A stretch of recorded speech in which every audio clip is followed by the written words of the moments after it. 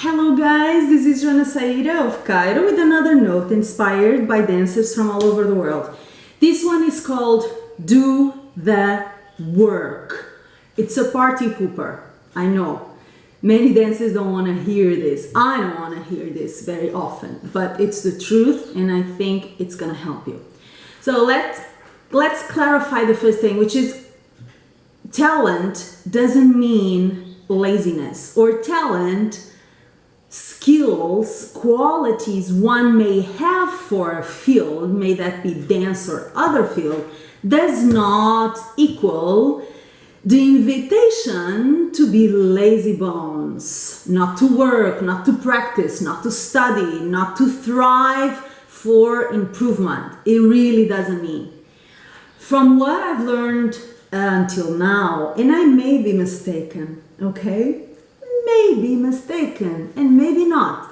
The more talented you are, the more you have to work. Take that in. I know.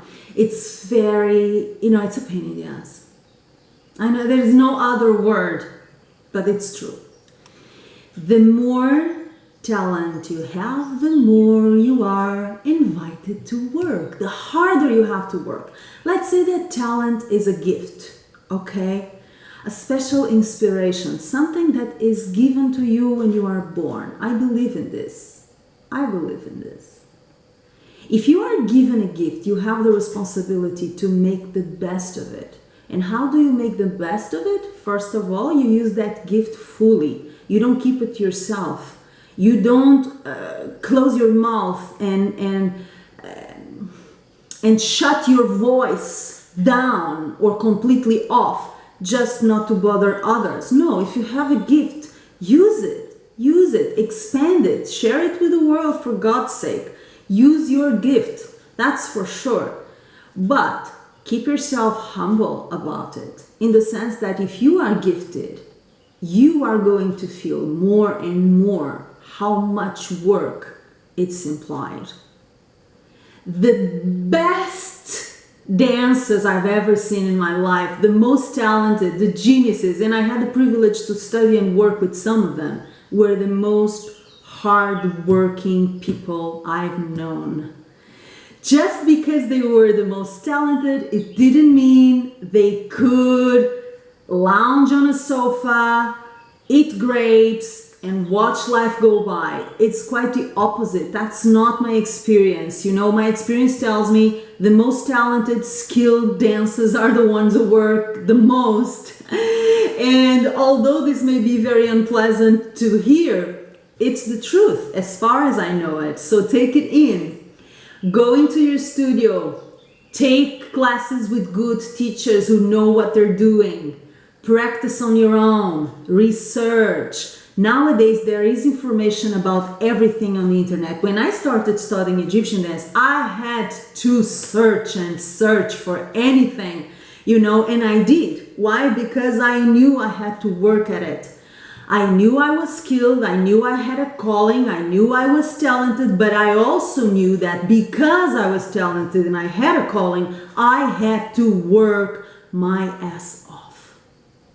And this is the second unpleasant word I'm using in this video. Ass, not that unpleasant if you think about it, but take it in as well, okay? So I had to work my ass off, of course. And as my talent grew, as my skills expanded, I had to work harder and harder. So if you feel you have a calling for Egyptian dance, if you feel that you're talented, if you feel that you have skills that are precious in Egyptian dance or otherwise, get yourself to work.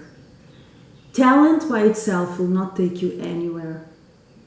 It's work, persistence, stamina, vision, self-confidence, humbleness as well. Keep going, the perseverance to keep going and learning and expanding and working along the way. Talent by itself, I will repeat, will not take you anywhere. Talent is potential. It is not the deed. Take that in as well. Talent is the potential for something great. It is not something great in itself. It's the ability to make something great. In order to make something great, you have to work. And you have to fail. And you have to make mistakes. And you have to go on trials. And you have to do, redo, fall, get up, do again, redo, and fail, and achieve, and fail, and redo. And accept this motion. Accept the uncomfortable side of making things happen, of using your gift and making things happen. And how do you make things happen? By doing them, by working. You know, I know it sounds obvious, but it's not.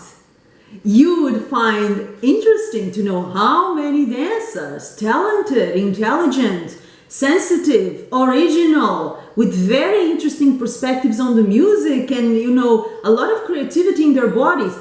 Because they see themselves as skilled, they say, I don't need to work. I'm skilled. I'm inspired. So why do I need to work? And that's when they go down. You never hear about those dances. Never. It's the ones who work that get ahead.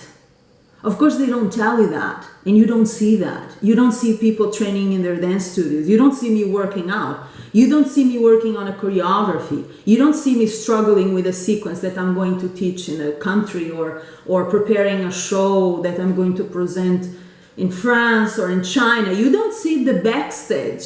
Nobody does. But the backstage of hard work exists. It's real.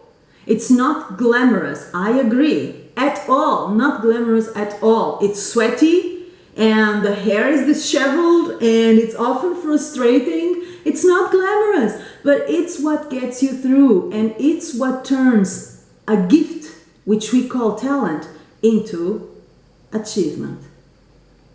So appreciate your gifts, your skills, your talent, whatever you may like to call it, while working your